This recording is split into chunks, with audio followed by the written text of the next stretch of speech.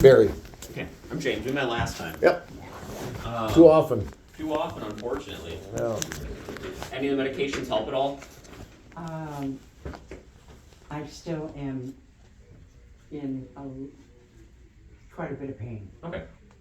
Is it in the same spot where you were feeling it before? Yes. Okay.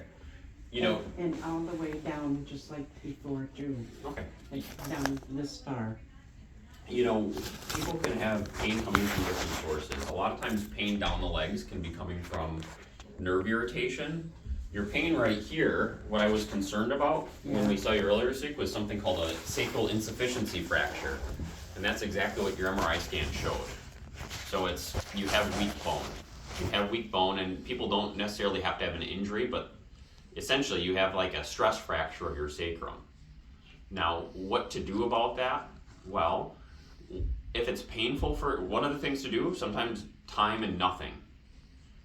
But usually what helps people bounce back quicker and helps with the pain is there's a procedure where they inject cement into the sacrum to solidify it and make it stronger. There's a bone cement. It's the same thing they do for like compression fractures and things like that in the spine. And we have an interventional radiologist that works for our group. His name is Scott Koss. He does those procedures. So our recommendation is that you see Dr. Koss for his opinion, whether he, thinks that this what we call sacroplasty would help. My question is, you say cement, is there going to be anything different about my lifestyle? It should help you get quicker, better quicker. Okay, so And it's get not you back to the lifestyle that I'm you want. thinking cement, so I might walk like Frankenstein or something. No, this is within your bony pelvet. It's within your sacrum, so it's not like outside of something. It's just kind of trying to solidify where your bone is weak. Okay. So this is your sacrum, and you have signs of a sacral insufficiency fracture right here. So what he does, he uses live X-ray, finds the entry point, and injects this bone cement in there to help solidify things. We use it in surgery. I'm free things like tomorrow. that. I'm just So I don't know. I get it. You're in that much pain. Did the tizanidine help at nighttime at all? for what? Which one is that? For getting sleep. That's the muscle relaxer. Oh, Yeah. It did help last night. Okay. Yeah. That can help at nighttime. Sometimes pain down the leg can be coming from pinching in the nerve of someplace else, of nerve irritation. So awful. The steroid can help with that. Pain medication. What works well for you? Tylenol number 3 is usually what we give people. That's Tylenol with codeine. I know you've had hydrocodone before. Hydrocodone works. Okay. I'm going to give you a prescription for hydrocodone too to try to get you through until I see Dr. Koss and schedule this procedure and things like that. What about the other things that Apologies cyst, for my clothing. the cyst issue that was on her spine before her hip surgery also, and she was getting injections from Dr. Vo. So that might be part of the nerve pain that's coming down your leg. Yeah. Time will tell. The steroid might help with that. When trying to sort things out, you had a bad hip. And a lot of your pain at that time might have been coming from your hip. One of the things to consider after the dust settles with addressing your sacral fracture is you might benefit from an epidural injection for your back at the same level that was beneficial before. Okay. And I liked it because it took it away within Right. one day, I Yeah. think. Then the second one. All right, so didn't you've work seen Dr. Vo before. Yeah. Dr. Koss is actually the one I think, now that I was fighting with my computer, Dr. Koss is the one that gave you the hip injection. Oh. That's Dr. Koss. He's the one that would do the sacroplasty. Okay. So you've met him before as well, actually. Now that I'm thinking through things, recalling what our Could he do discussions both were. of those things at the same time? You can talk to him about it.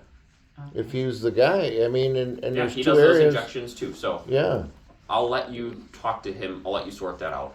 That's not unreasonable to have a discussion. I don't know what his preference would be, but you can talk to him about it and see Do what we his have thoughts his are. number? I'm gonna get you his Well, card. and the last question, the last thing is, we've covered all those, and you're dead on for what but I'm also, we've got, after all this is cleared up, Right. we got the other hip that's gonna eventually go the way of the first one. Yeah. How bad is that other hip?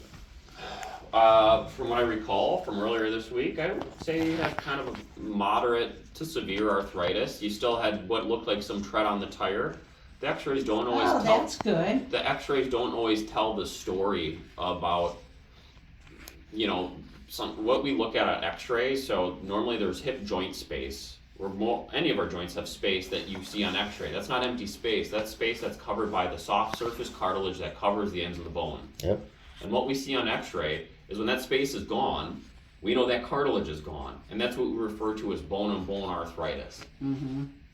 People can have some parts that are more worn, even though we see some space left on x-ray. I see space left on your x-ray still. That doesn't mean that there's not more wear and tear potentially, but I think when we were talking, you weren't having a lot of groin pain on the right, are you? No. No. If you look in the textbook, typical symptoms of hip arthritis are pain in the groin, hard time putting on shoes and socks, hard time getting in and out of low seats. Which she was prior to the. On the right side?